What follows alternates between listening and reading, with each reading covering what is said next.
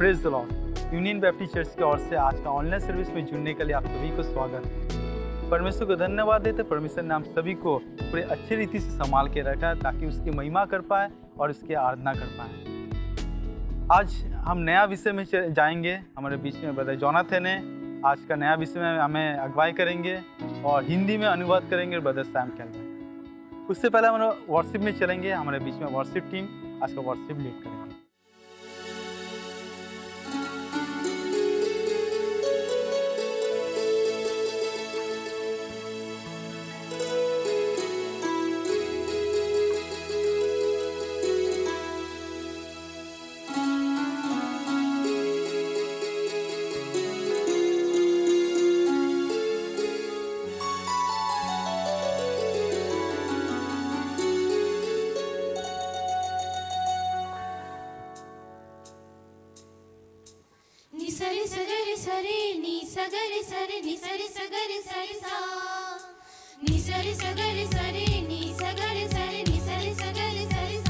इब्तिदा में कुछ ना था, उसने सब कुछ ही बनाया। इब्तिदा में कुछ ना था, उसने सब कुछ ही बनाया। खुदा ने लेके माटी को उससे आदम को बनाया। खुदा ने लेके माटी को उससे आदम को बनाया।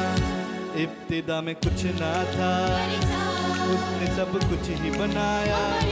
इब्तिदा में कुछ ना था, उसने सब कुछ ही बनाया। खुदा ने लेके माटी को उससे आदम को बनाया। खुदा ने लेके माटी को उससे आदम को बनाया। उसमें जो डाली जाए उसको पहचान, उसमें जो डाली जाए उसको पहचान। बनाया अपने जैसा, बन गया वो इंसान। बनाया अपने जैसा, बन गया वो इंसान। वो खाली बर्तन था, उसमें अपना रूह बसाया। वो खाली बर्तन था, उसमें अपना रूह बसाया। खुदा ने लेके माटी को उससे आदम को बनाया। खुदा ने लेके माटी को उससे आदम को बनाया।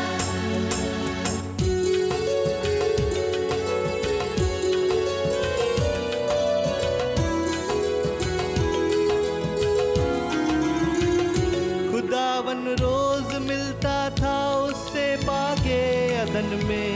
खुदावन रोज मिलता था उससे बागे अदन में। आदम भी चलता था हरदम उसके वचन में। आदम भी चलता था हरदम उसके वचन में। खुदावन रोज मिलता था उससे बागे अदन में। आदम भी चलता था हरदम उसके वचन में। आदम भी चलता था हरदम उसके वचन में। खुदा ने देख के तन्हा उसको हवा को बनाया। खुदा ने देख के तन्हा उसको हवा को बनाया। खुदा ने लेके माटी को उससे आदम को बनाया। खुदा ने लेके माटी को उससे आदम को बनाया। नि सरे सगरे सरे, नि सगरे सरे, नि सरे सगरे सरे सा। नि सरे सगरे सरे, नि सगरे सरे सा, नि सरे गा मा पा। शैतान की बातों में आकर हवा ने फल जो लिया था। शैतान की बातों में आकर हवा ने फल जो लिया था। उसने भी खाया था वो फल और आदम को दिया था। उसने भी खाया था वो फल और आदम को दिया था। शैतान की बातों में आकर हवा ने फल जो लिया था। उसने भी खाया था वो फल और आदम को दिया था। उसने भी खाया था वो फल और आदम को दिया था। मोहब्बत को खुदा की उसने पल भर में भुलाया। मोहब्बत को खुदा की उसने पल भर में भुलाया। खुदा ने लेके माटी को उससे आदम को बनाया। खुदा ने लेके माटी को उससे आदम को बनाया।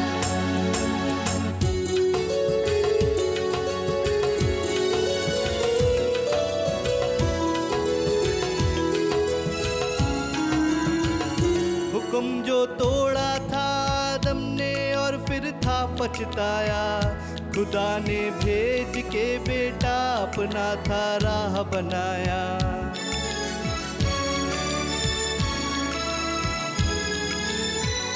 हुक्म जो तोड़ा था आदम ने और फिर था पछताया, खुदा ने भेज के बेटा अपना था राह बनाया। खुदा ने भेज के बेटा अपना था राह बनाया। यीशु ने चढ़ के सूली पे हमको खुदा से मिलाया। यीशु ने चढ़ के सूली पे हमको खुदा से मिलाया। खुदा ने लेके माटी को उससे आदम को बनाया। खुदा ने लेके माटी को उससे आदम को बनाया।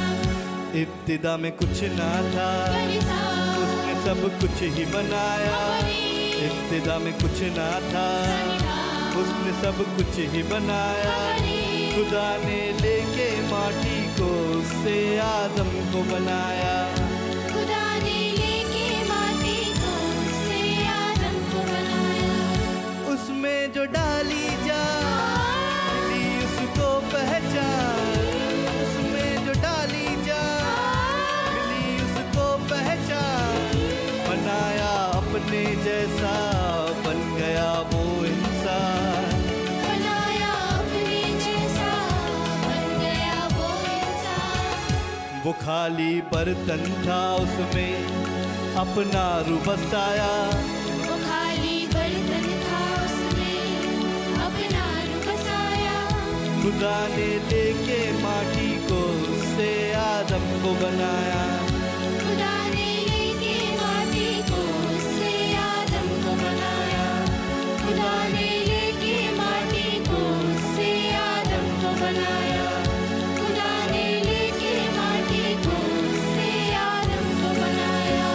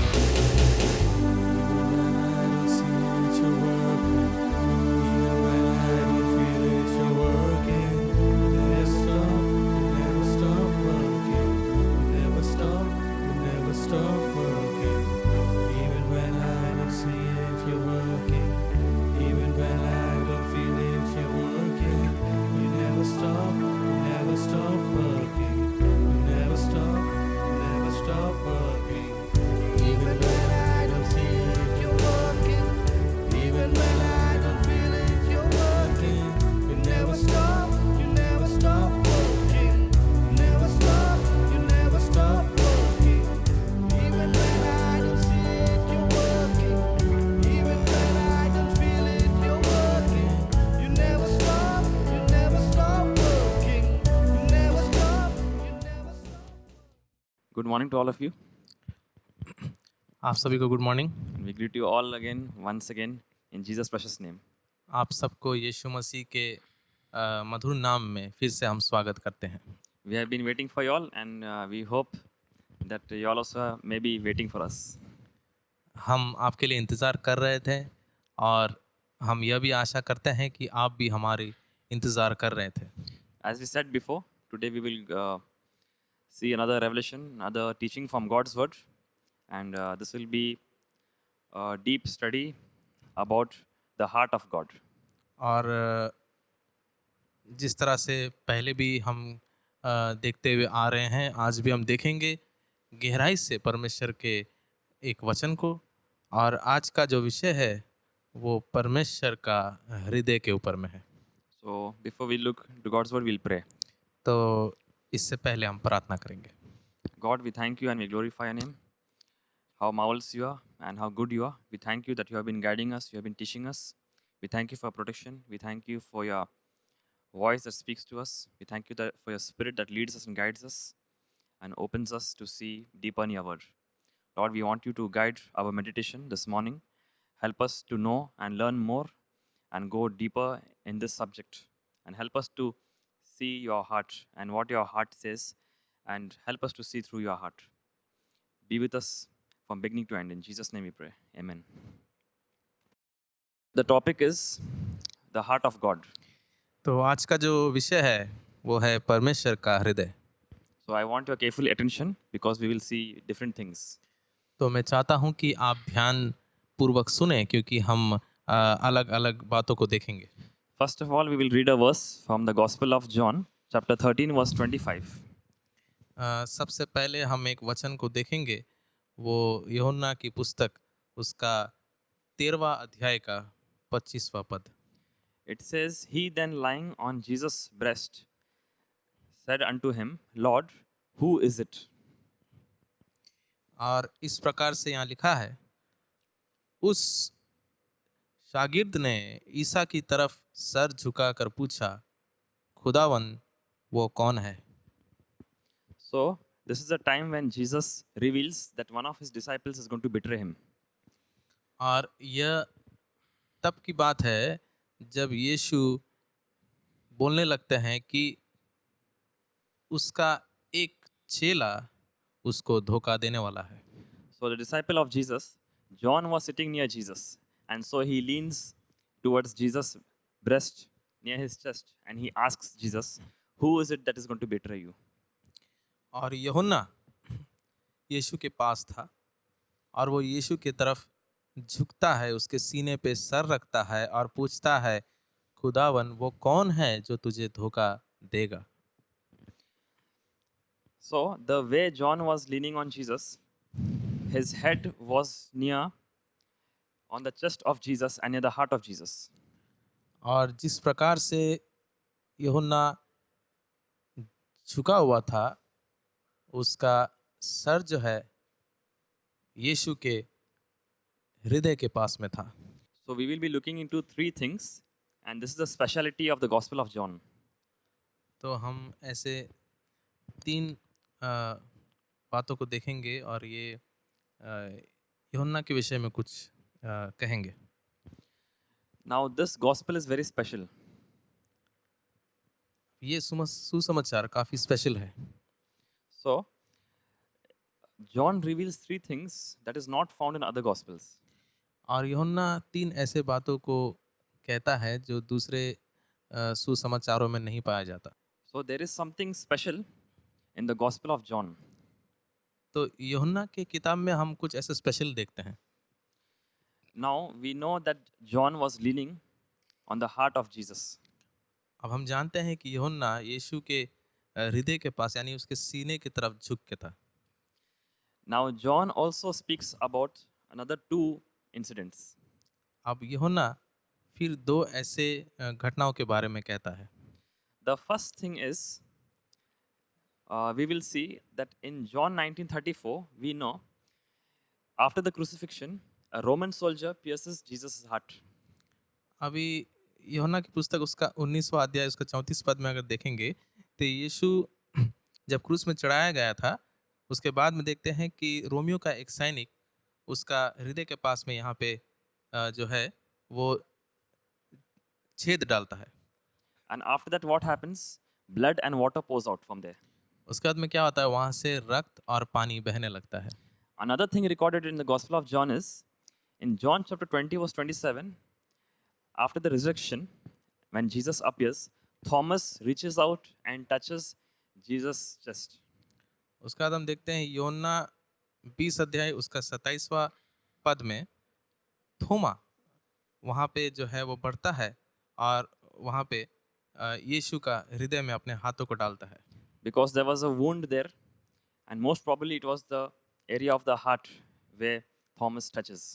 और वहाँ पे एक घाव था और वो घाव जो है बिल्कुल हृदय के पास में ही जो है सीने के पास में था और यूहन्ना वहाँ पे अपने उंगलियों को डालता है।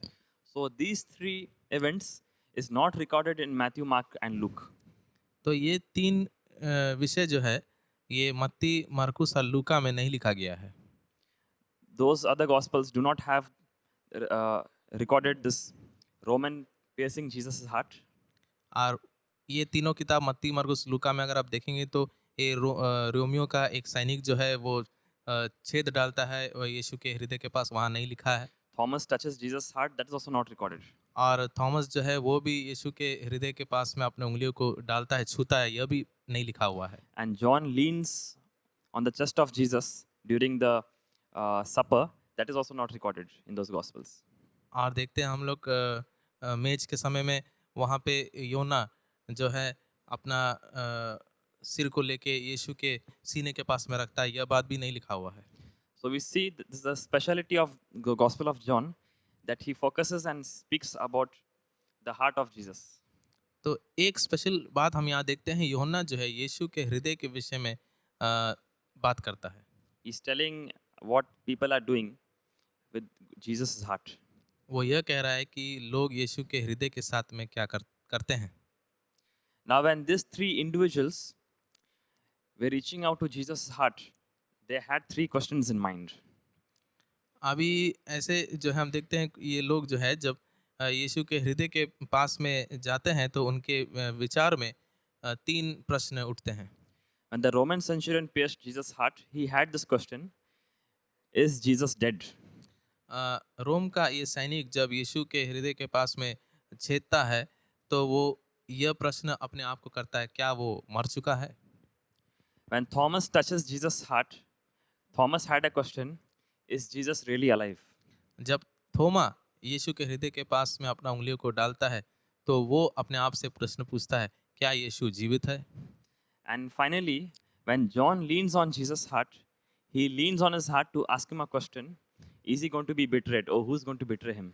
और योना जब यीशु के सीने के ऊपर में अपना सर को रखता है तो उसके पास में एक प्रश्न आता है, क्या यीशु को कोई धोखा देने वाला है? तो यह कौन है?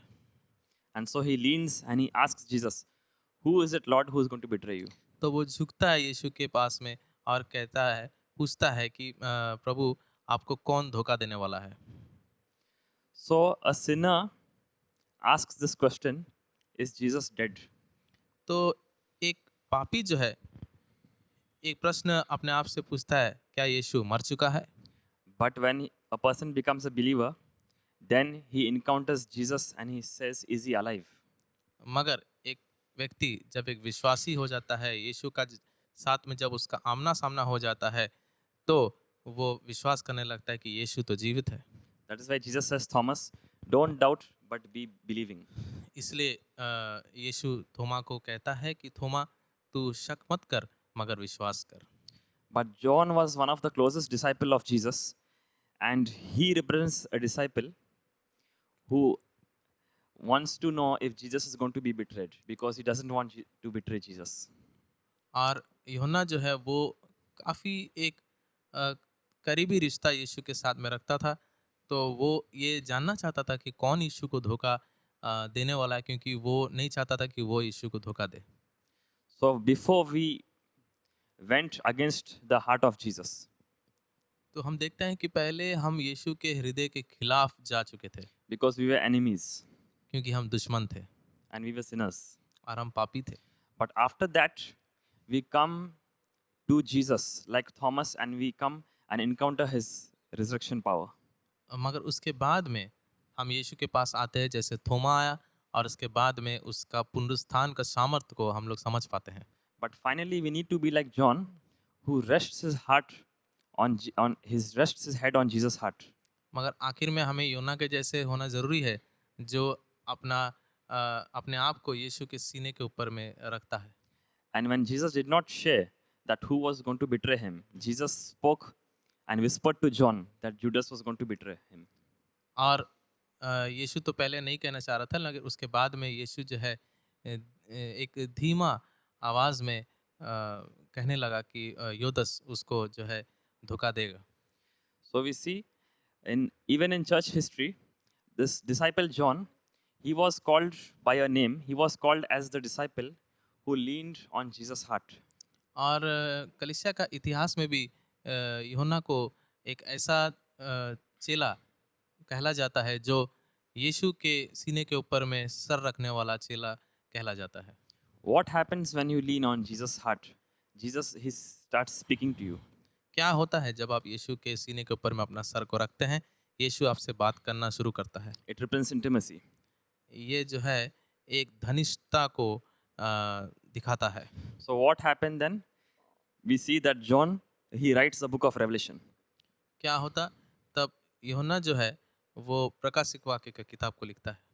So the last book of the New Testament was most probably written by this John. तो हम देखते हैं कि नया नियम का यह आखिरी पुस्तक जो है वो यूहन्ना ने लिखा। And so what he sees in chapter 4 when he goes to heaven, he sees there's a throne and there is a sea of glass near the throne.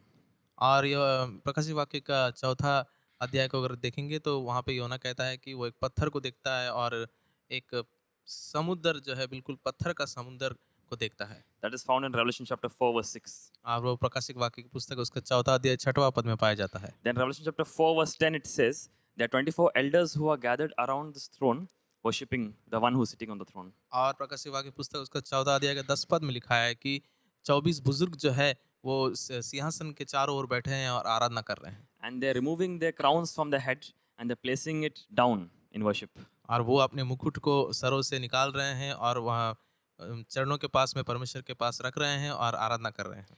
Now what is interesting, if you see this vision and if you compare it with a human heart, they are very interesting comparisons. और इस दृश्य को अगर आप देखेंगे और मनुष्य का हृदय के साथ में इसका अगर तुलना करें तो बहुत कुछ दिलचस्प बात यहाँ पे हमें मिलता है। Remember, God is sitting and then there are 24 elders around it. तो देखिए यहाँ पे परमेश्वर बैठे हुए हैं और उसके चारों ओर जो है 24 बुजुर्ग जो है बैठे हैं। Because a human heart is surrounded by ribs and there are 24 ribs around it. देखिए मनुष्य का हृदय जो है वो भी जो है चारों तरफ से ढांका हुआ है और ये पसलियाँ जो है उसे ढांके रहता है और 24 पसलियाँ जो है पाया जाता है। Then he sees a glassy sea over there. और जो है वो एक कांच के समान एक समुद्र को देखता है। And so we also know that the human heart is surrounded by a fluid which is called as pericardium fluid. It is like water. और उसके बाद में देखते हैं मनुष्य का हृदय के चारों ओर जो है एक तरल है जिसे पेरिकार्डियम फ्लूइड कहते हैं, ये पानी का जैसा है। And after that we see the 24 elders are removing the crown and placing it down and worshipping. उसके बाद देखते हैं ये 24 बुजुर्ग जो है अपने मुकुट को उतारते हैं और आराधना करते हैं। It's very interesting that in the human heart there are also nerves that are going down and they are called as coronary nerves, which means crown. और उसके बाद में देखते हैं मनुष्य के हृदय के पास में कुछ नसें भी ऐसे पाया जाता है जो नीचे की तरफ में उतरता है, उसे कोरोनरी नर्व्स या नसें कहते हैं। The relation John had with Jesus, his intimacy brought and showed him a very great revelation.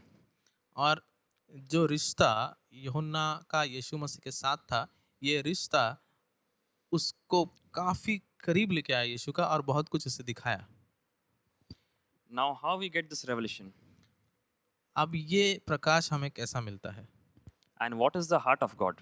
अब परमेश्वर का हृदय क्या है? If we see this carefully, God's heart is revealed in God's word. अगर ध्यान से देखेंगे तो परमेश्वर का हृदय परमेश्वर के वचन के द्वारा ही प्रकट होता है। We will read a verse, Exodus chapter 33, verse 23. हम लोग एक वचन को पढ़ेंगे, निर्गम की पुस्तक उसका 33वां अध्याय का 23वां पद। It says here, and I will take away my hand, and thou shalt see my back parts, but my face shall not be seen. निर्गमन की पुस्तक उसका 33वां अध्याय और उसका 23वां पद को हम देखेंगे। यहाँ पे लिखा है, फिर मैं अपना हाथ उठा लूंगा, तब तू मेरी पीठ को तो दर्शन पाएगा, परंतु मेरे मुख का दर्शन नहीं मिलेगा। So here we see Moses encounters God, and he wants to see God, but God says, "You will not see my face, but I will turn around, and you will see my back." तो यहाँ पे हम देखते हैं मूसा जो है परमेश्वर के सम्मुख आते हैं और वो चाहता है कि वो परमेश्वर को देखे, मगर परमेश्वर कहता है तू मेरा पीठ को तो देखेगा मगर मेरा चेहरा को नहीं देख पाएगा। So in this verse we see that God did not show his face, but God turned back, and Moses was behind God. तो इस वचन में हम देखते हैं कि परमेश्वर ने अपना चेहरा को नहीं दिखाया, वो अपना पीठ को दिखाया और मूसा जो है परमेश्वर को पीछे से वो देखा। And I believe that God wanted Moses to see through God's heart into the future. और मैं विश्वास करता हूँ कि परमेश्वर चाह रहे थे कि मूसा भविष्य को जो देखेगा तो परमेश्वर का हृदय के माध्यम से वो देखे। And so after that we see he receives revelation from God, he receives God's word. और उसके बाद में देखते हैं कि परमेश्वर से बहुत सारा प्रकाशन उसे मिलता है परमेश्वर का वचन के द्वारा। So God's heart is revealed in God's word. तो हम देखते हैं कि परमेश्वर का हृदय और मन जो है वो परमेश्वर का वचन के द्वारा ही प्रकट होता है। That is why in the Hebrew Bible, if you see the first 5 books of the law, the first letter of this Bible is the letter B in Hebrew. और इब्रानी में अगर ये बाइबल की पहले 5 किताब को देखेंगे तो वो पहला अक्षर जो है वो पहला किताब का वो है B. And the last letter of the 5 books of the law is letter L because it ends with the word Israel. So the last letter is L. तो ये जो नियमों का जो आखिरी किताब है उसका आखिरी अक्षर को अगर आप देखेंगे तो वो एल से समाप्त होता है। So in the Hebrew language, this L and B, when we combine it together, it forms the word leb, which means heart in Hebrew. और इब्रानी में ये आखिरी अक्षर एल और उसका पहला अक्षर बी दोनों को अगर आप जोड़ते हैं तो एक शब्द यहाँ पे उत्पन्न होता है इब्रानी में जिसे लेब कहते हैं, जिसका मतलब होता है हृदय। Because God's word is God's heart. क्योंकि परमेश्वर का वचन ही परमेश्वर का हृदय है। His word reveals his intent and his plans. उसका वचन के माध्यम से उसका प्लान्स और उसका सोच को हम समझ पाते हैं। That is why there are 4 chambers in a human heart. इसलिए हम देखते हैं मनुष्य का हृदय में 4 कक्षे पाए जाते हैं, They are 2 and 2. 2 और 2। Because that's why when God gave the law and the 10 commandments to Moses, we see there were 2 sets of 2 stones of the commandments. इसलिए हम देखते हैं जब परमेश्वर मूसा नबी को 10 आज्ञाएं देते हैं तो 2 भाग थे और 2 पत्थर में जो है वो लिख के देते हैं। And so God's heart also can be divided into 2 because a human heart has a left part and a right part. It can represent the Old Testament and the New Testament. तो ठीक उसी प्रकार से परमेश्वर का हृदय भी जो है वो 2 भागों में जो है हम उसे देख सकते हैं, एक पुराना नियम और एक नया नियम। And the way we breathe the oxygen, the breath is the spirit of God through which the Bible was inspired. और जिस तरह से हम ऑक्सीजन को जो है खींचते हैं अंदर की तरफ में सांस लेते हैं, उसी प्रकार से परमेश्वर का वचन जो है वो प्रेरणा के जैसा जो है हम लेते हैं और लोगों को मिला। And so God wants us to be leaning and relying on his heart. तो परमेश्वर चाहते हैं कि हम उसके सीने के ऊपर में अपना सर को रखा रहें। Remember Thomas touched Jesus' heart. तो याद रखिए थॉमस ने यीशु के हृदय को छुआ, but John was leaning on Jesus' heart. मगर यूहन्ना यीशु के सीने पे सर रख रहा था। Nowadays, many a times, the Bible is on Christians' hand, आजकल देखते हैं कि बाइबल तो एक विश्वासी के हाथ में पाया जाता है, but the Bible is not in the head of the Christians. मगर बाइबल जो है उसके माथे में नहीं है। So the Bible must go from our hand to inside our mind. तो बाइबल हमारे हाथों से हमारे विचार के अंदर में जाना चाहिए। So they carry the Bibles, they carry and come to church, but the Bible is not in the heart, in the mind. तो लोग जो है बाइबल को उठा के चर्च में आते हैं, कलीसिया में आते हैं, मगर उनके विचार में बाइबल नहीं है। So we need to be like John, that we need to move from being a Thomas to be a John, and we need to lean on Jesus' heart. तो एक थोमा से हट के हमें एक यूहन्ना होना चाहिए जो परमेश्वर के सीने पे अपने सर को रखता है।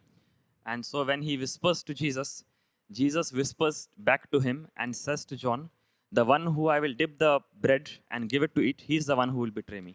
तो इसलिए जो है यीशु जो है वो धीरे से यूहन्ना को कहता है कि मैं ये रोटी डुबा के जिसको दूंगा वो वही है जो मुझे धोखा देगा। Why? Because the bread represents Jesus' body. क्यों? क्योंकि वो रोटी जो है यीशु के शरीर को दर्शा रहा है, And dipping and giving it to Judas is Jesus offering himself up to Judas because he's going to betray him. और वो रोटी को डुबा के यहूदस को जो यीशु ने दिया उसका मतलब वो अपने आप को ये यहूदस को सौंप दे रहा था। So when we study God's word and we meditate on his word, then we are abiding in the heart of Jesus. तो हम जब परमेश्वर के वचन को पढ़ते हैं और समझते हैं तो उसका मतलब हम यीशु के हृदय में अपने आप को रख रहे हैं। So we may pray, and this must be our prayer, that we may stay connected and have that intimacy like how John did. तो हमें प्रार्थना करना चाहिए और प्रार्थना में रहना चाहिए और उस प्रकार का घनिष्ठ संपर्क हमें पालन करना चाहिए जैसा यूहन्ना ने किया। Remember, before we pierced Jesus' heart, याद रखिए पहले हम लोगों ने यीशु के हृदय को छेदा, after that we come and touch his heart. उसके बाद हम आते हैं और उसका हृदय को छूते हैं। But like John, we need to lean on his heart. मगर यूहन्ना के जैसे हमें उसके सीने पे अपना सर रखना है, अपने आप को अर्पण करना है। So may God bless all of you with this word. परमेश्वर आप सभी को इस वचन के माध्यम से आशीष करे। So shall we look to God and pray? आइए हम प्रार्थना करें। प्रभु यीशु, हम धन्यवाद देते हैं कि तूने हमें ऐसा अवसर दिया कि हम तेरे सीने पे अपने सर को रख के तुझसे प्रेम कर सकते हैं। हम चाहते हैं कि तू हमारे मनों से बात कर, हमारे हृदय से बात कर, ताकि हम शक ना करें मगर विश्वास के साथ में तेरे ऊपर में भरोसा करते हुए अपने जीवन को प्रभु तेरे चरणों के पास रखे और हर वक्त तेरे वचन से हम लिपटे रहें, ध्यान से समझ सके उसे, ताकि हम तेरे हृदय को जान सके। प्रार्थना करते हैं जितने भी लोग इस समय में इस वचन को देखे हैं, सुने हैं, आप प्रार्थना करते हैं प्रभु उनको अगर समझने में कुछ भी अगर कहीं असुविधा हो रहा है तो प्रभु हम प्रार्थना करते हैं कि कृपया उन्हें समझने की शक्ति दे और ज्ञान दे ताकि प्रभु समझ पाए। हम अपने लिए प्रार्थना करते हैं, हम भी प्रभु चाहते हैं कि तू हमें और इस्तेमाल कर, भाई जॉनथन को भी और इस्तेमाल कर, ताकि प्रभु और भी तेरे वचन को गहराई से समझ सके और हम तेरे लोगों से बांट सके। इस कलीसिया को आशीष कर, आने वाले दिन को आशीष कर, जो लोग देख रहे हैं उनको, उनके परिवारों को, मित्रों को आशीष कर। और प्रभु प्रार्थना करते हैं इस सारी बातों को प्रभु तेरे सामने में रखते हैं और प्रार्थना करते हैं कि तेरी इच्छा अनुसार हमारे जीवन में होने पाए। सारा दुआ यीशु के नाम से चाहते हैं, आमीन। Thank you all once again to join with us. आप सभी को बहुत बहुत धन्यवाद हमारे साथ जुड़ने के लिए। I really believe you all have been blessed and you all have learned something. और मुझे पूरा यकीन है कि आप लोगों को आशीष ज़रूर मिला है और आप लोग ज़रूर कुछ सीखे हैं। And so again, I would like to encourage you to like the video and to share your valuable suggestions and questions. और मैं फिर एक बार चाहता हूँ कि आप इस वीडियो को शेयर ज़रूर करिएगा और लाइक करिएगा, और अगर आपके पास कोई प्रश्न है तो ज़रूर हमसे बांटें। And also you can share this video to your friends. अपने मित्रों से भी आप जरूर इस वीडियो को share करिएंगे। And so till we meet together next time, stay blessed. जब तक हम अगली बार ना मिले तब तक आप आशीष पाएं। Thank you so much. बहुत बहुत धन्यवाद।